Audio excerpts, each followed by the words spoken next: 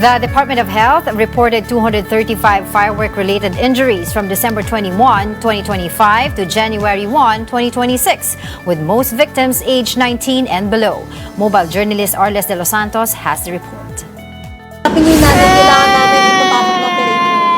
This 8-year-old boy can't stop crying when brought to Tondo Medical Center. His hand was bloody after it got hit by a 5-star he lit on the morning of January 1st. His mother said she did not notice that the child managed to set off last-minute fireworks. Meanwhile, this 14-year-old Chin was hit by illegal firecracker Goodbye Philippines. This 16-year-old's hand, on the other hand, was mangled by another prohibited firework, Kabase. He said a rider just handed him the firecracker only to realize that it was already lit. Pagpasok po sa loob, bigla na lang pong pumutok sa kamay ko. Tatlo po. Sabay-sabay po pumutok. His resolution after the incident: Hindi na ako magpapaputok. from December 21, 2025 until the morning of January 1, 2026, a total of 73 fireworks-related injuries were reported at the Tondo Medical Center. 4 newer cases were identified as severe, which could mean amputation of limbs. What concerns doctors most? Many of the victims are minors.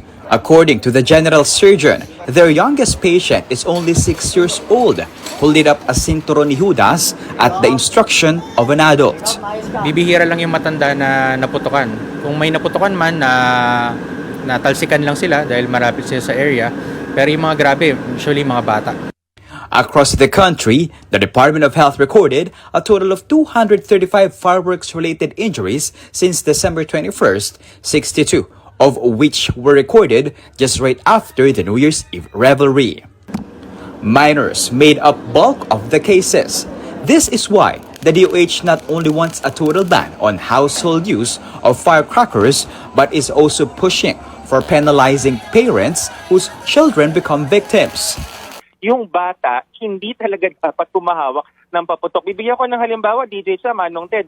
Kung mga kutsilyo nga, ingat tayong ipahawak sa mga bata, mga kutsilyo, mga baril, mga bomba, lalo na baril at bomba, ito pa kaya, pulbura to. Oo.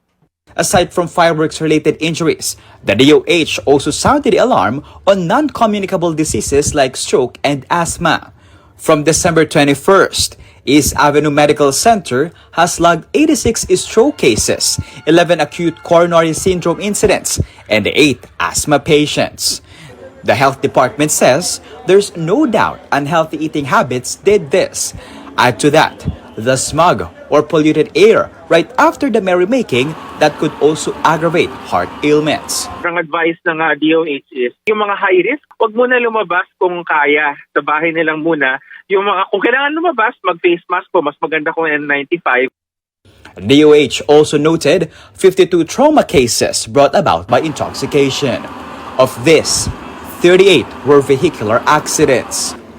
Authorities have also monitored at least 1 stray bullet victim in Bulacan. In all, according to the PNP, there were 11 reported indiscriminate firing incidents. And to the organization's dismay, among those involved was a policeman. Meron po tayong mga complainants na 3 minor, kaya po kaatribut po nung kanyang kasong kinakaharap ay meron din pong kasamang grave threat in relation to RA 7610 dahil nagkaroon po ng trauma attack. Kapatid Arles de los Santos, we are One News.